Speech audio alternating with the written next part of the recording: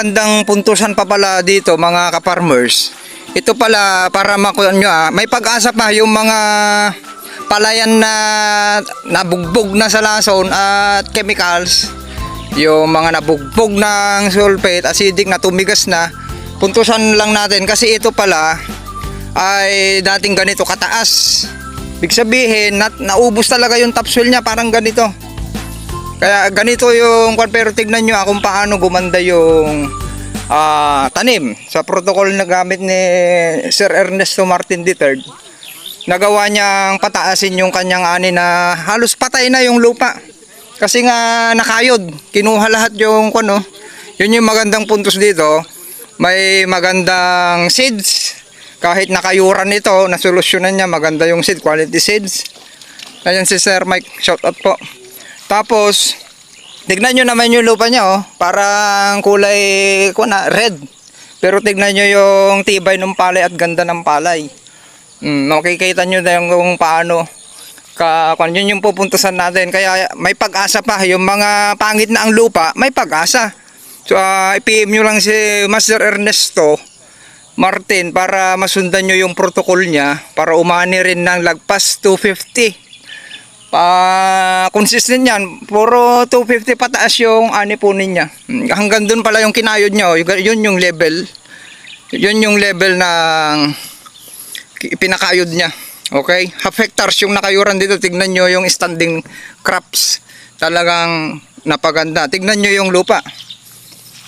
Kulay brown. Hindi kulay itim. Kulay brown na magre-red. Okay, pero nabuhay na, may tangdan alumbayan, earthworm. Ganyan yung protocol niya, kaya i-PM nyo po siya. Napakainam po, makatulong sa mga kamanalon, ka-farmers, ka-mag-uuma, ka-magsasaka. Ganun na lang po, sharing is caring. Maraming salamat. Nandito si Kagritipid PH, handang tumulong sa inyo. At ibahagi yung ating nalalaman sa pagsasaka para maitaas natin, matulungan ang ating bansa at ating mga farm owner at farm laborer. Maraming salamat. Morning mga Kagritipids, ka-farmers, kamanalon, ka-magsasaka. Nandito tayo ngayon sa field tour ng Pro Agriseed Corporation dito sa LP 908. Nandun sila Sir Mike Castro, yung mga empleyado ng Pro Agriseed. At tignan nyo ito, i-explain natin para makita nyo na antibay ng longpin. Ito, kaya pinaputol ni Master Ernesto itong kasi natakpan talaga ito ng nyug. Pinaka na automatic yan, expected na mag-over sa nitrogen. Okay, tapos na shaded, maraming peste, ganon, pinupuntahan ng peste, leaf folder, nandyan na. Pero itong nangyari kay Master Ernesto, tignan nyo, kalalaki ng butil. Ang ganda sana kung dumiretso yung sikat ng araw, yellow na sana lahat yan. Tignan nyo yung kanya, kalalaki ng butil, nasagaran pa rin hanggang batok. Hindi yung ibang hybrid kasi, kung tinamaan na yung plug leaf shape, lalo na bugbog, nauna nga sila dito, hindi na nagkakalaman dito. Itong kay Master Ernesto, yung protocol niya, tapos gamit itong longpin variety, nakita nyo yung batok sumasagad sa batok. Kaya hindi niya ininda yung BLS. Yan. Kita nyo? Puro uhay dito tayo. Kaya tinatansya natin ito, mababa yung 12 metric tons. Kasi nakita na natin yung mga palay ni Master Ernesto nung wet season at mga nakaraan pa naka 265. Itong variety na to, mas malaki yung butil. Ngayon, hindi niya ininda kahit may tama yung kanya. Unlike dito sa katabi, hindi na natin papangalanan. Yung variety na to, hindi sa kanya, ay tinamaan din kasi nagkakahawaan na yan, true air. Yung BLS. Tignan nyo, nagkaka-full smooth. Itong kay Master Ernesto, walang full smooth ni isa.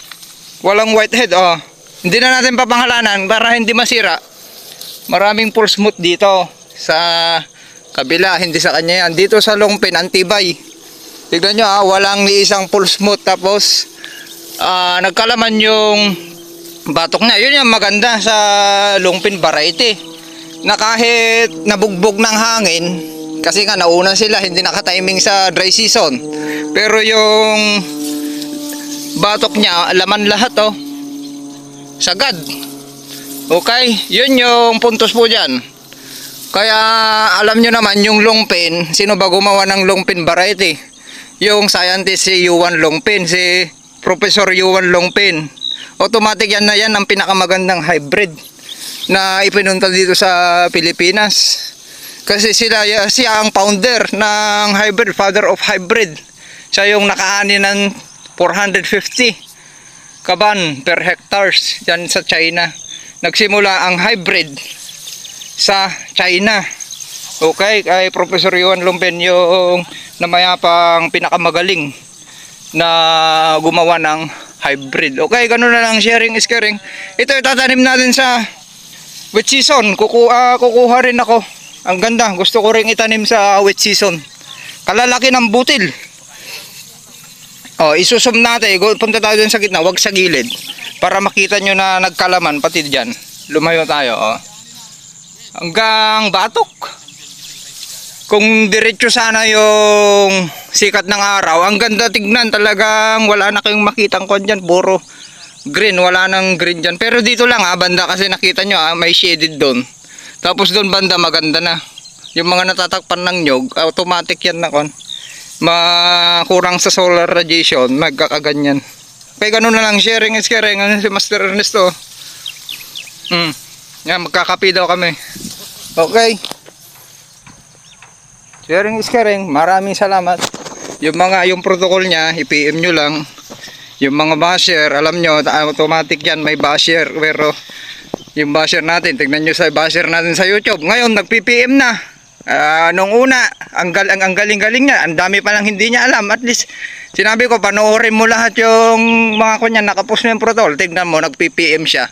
Paano daw kumuha ng anong magandang binhi. O, di at least natulungan natin yung mga basher. Ganun lang po yan. Maraming salamat. Happy farmers.